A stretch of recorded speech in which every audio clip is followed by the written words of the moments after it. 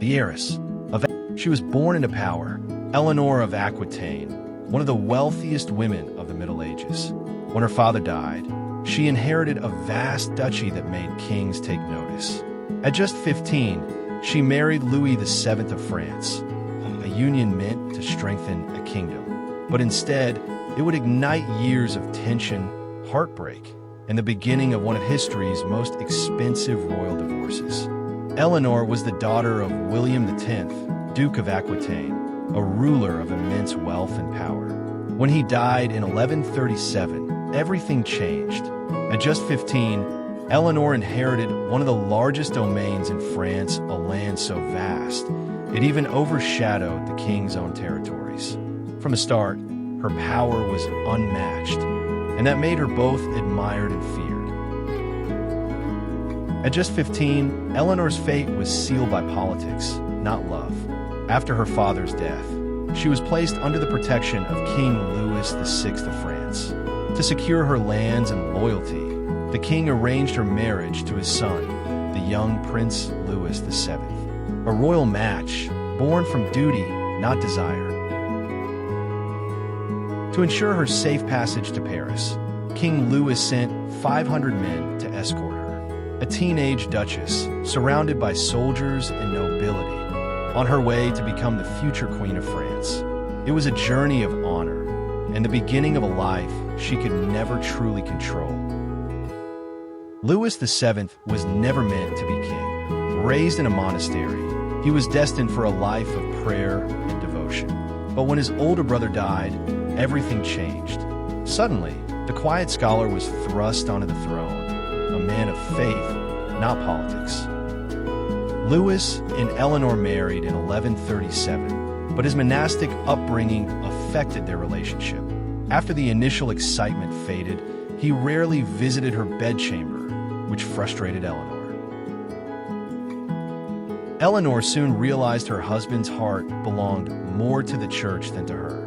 Louis was devoted, humble, and pious. Everything a monk should be, but little of what a king could be. In her frustration, she reportedly said, "I thought I was wed to a king, now I find I am wed to a monk." Their marriage grew cold, their passions faded, and so did their unity. Louis longed for one thing, a son to secure his throne. Under Salic law, no woman could inherit the crown, and his legacy hung in the balance. Eleanor gave him 2 daughters, but it wasn't enough. His desperation for an heir soon outweighed his love and even his loyalty.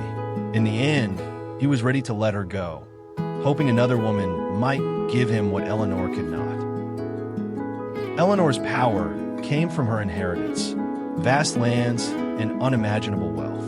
Letting her go meant surrendering one of the richest domains in France.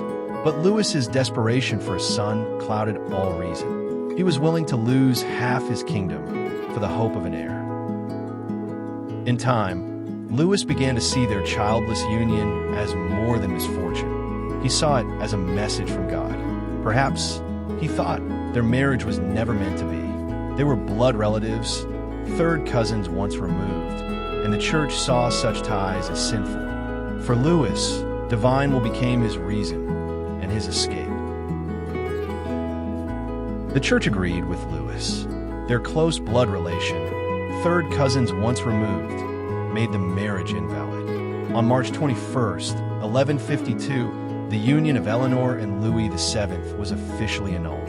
A royal marriage ended by both law and fate.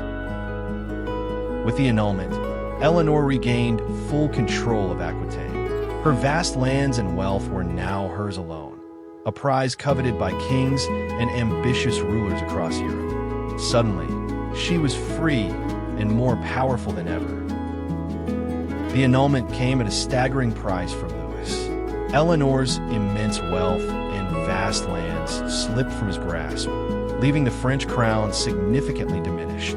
No other divorce in history had carried such a monumental territorial loss. In ending the marriage, Louis had paid more than money. He had paid in power. Eleanor, known for her charm and wit, did not remain single for long. Rumors of an affair with her uncle, Raymond, Prince of Antioch, filled the court. But her eyes were set on a far greater prize, a marriage that would shape the future of kingdoms. Just 2 months after her annulment, Eleanor married Henry Plantagenet, grandson of King Henry I of England. With this union, she gained not only a husband, but a powerful and ambitious partner. Together, they would shape the future of 2 great kingdoms and redefine the balance of power in Europe. Henry Plantagenet was no ordinary husband. Already Count of Anjou and Duke of Normandy, he would, in 1154, ascend the throne as King Henry II of England. Through this union, Eleanor became queen once more, and together they ruled over England, Normandy, and her vast lands in western France. Her annulment from Louis VII had cost France dearly, but it paved the way for a kingdom united under Eleanor and Henry's power. Eleanor rose once more to the status of queen, sharing power with Henry II of England. In her new marriage, she found influence, ambition, and a measure of happiness. Meanwhile, her former husband, Louis VII, moved on, seeking a new wife to provide the son he had long desired. History had turned a page, and the most expensive royal divorce had reshaped the map of Europe. In the same year Henry II was crowned, Louis VII remarried, this time to Constance of Castile. She bore him 2 daughters, but tragedy struck when she died in childbirth in 1160. Louis's quest for a male heir continued, while Eleanor's power and influence only grew. History had shown some marriages were priceless, and some unimaginably costly. Desperate for a son, Louis VII married again, this time to Adela of Champagne. At last, his prayers were answered. She bore him a son, Philip Augustus, who would go on to become King of France in 1180. While Louis finally secured his legacy, Eleanor had already cemented her power, wealth, and influence, a reminder of the immense cost of their divorce. Louis' VII life remained marked by misfortune. Poor health kept him from attending his son Philip's coronation, a moment he had long awaited. From youth to old age, luck seemed never on his side. Meanwhile, Eleanor's power and legacy continued to shape kingdoms far beyond his reach. Over 13 years, Eleanor gave birth to 8 children, 5 sons and 3 daughters. Her sons would go on to become kings, shaping the course of European history for generations. Through her marriage to Henry II, Eleanor had transformed not only her own destiny, but the destiny of nations. From a young duchess to a powerful queen, her story remains unforgettable. Not all of Eleanor's legacy was peaceful. Her son, Henry the Young King, grew restless for power and independence. In a bold move, he led a revolt against his father, King Henry II, and Eleanor, ever ambitious and politically savvy, was drawn into the rebellion, shaping the course of yet another chapter in European history. The revolt ultimately failed. Furious at Eleanor's involvement, King Henry II took decisive action, placing her under house arrest. For 16 long years, Eleanor remained confined within various castles, a queen stripped of freedom, yet never of influence. Even in captivity, her presence and legacy continued to shape the kingdoms around her.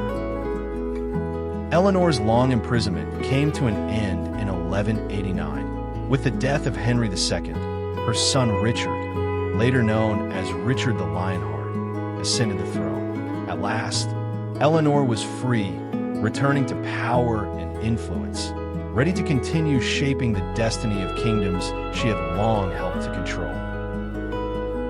While her son Richard embarked on the Crusades, Eleanor ruled in his stead as regent. She wielded immense influence, proving that her power was not inherited, but earned. Through diplomacy, strategy, and sheer determination, Eleanor shaped the kingdom in ways few rulers could, a queen in her own right, commanding respect across Europe. In 1202, Eleanor retired from public life, seeking peace and solitude. She took refuge at Fontevraud Abbey in France, dedicating her final years to quiet devotion. From a young duchess thrust into power to a queen who shaped kingdoms and survived exile, rebellions, and annulment, Eleanor's life was extraordinary, a true testament to resilience, influence, and legacy. Eleanor lived an extraordinary 82 years, a remarkable lifespan for her time. Her long life allowed her to witness the reigns of multiple kings, many of whom she had shaped through her marriages, counsel, and influence. From heiress to queen, regent, and legend, Eleanor of Aquitaine left a mark on history few could match, proving that power, resilience, and ambition endure beyond a single lifetime. In 1204, Eleanor passed away at Fontevraud Abbey, ending a life that had spanned over 8 decades. She was laid to rest alongside her husband Henry II and her son, Richard the Lionheart. Her story, from heiress to queen, from annulment to regency, left an indelible mark on history. Eleanor of Aquitaine's legacy endures, reminding the world of the power, influence, and resilience of a truly remarkable woman. Eleanor of Aquitaine's story is one of power, resilience, and influence. She shaped medieval Europe, proving that even in a male-dominated world, a woman could reign supreme. Her annulment from Louis VII became the most expensive royal divorce in history, a costly separation that shifted the balance of kingdoms. From heiress to queen, from annulment to regency, Eleanor's legacy continues to inspire. Eleanor of Aquitaine has continued to captivate storytellers and audiences for centuries.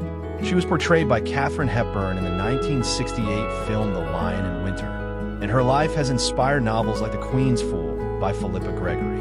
From history books to stage and screen, Eleanor's legacy lives on, a testament to a woman whose influence transcended her own time. Thank you for watching. If you enjoyed this journey through history, don't forget to like, comment, and subscribe for more stories of intrigue, power, and legacy.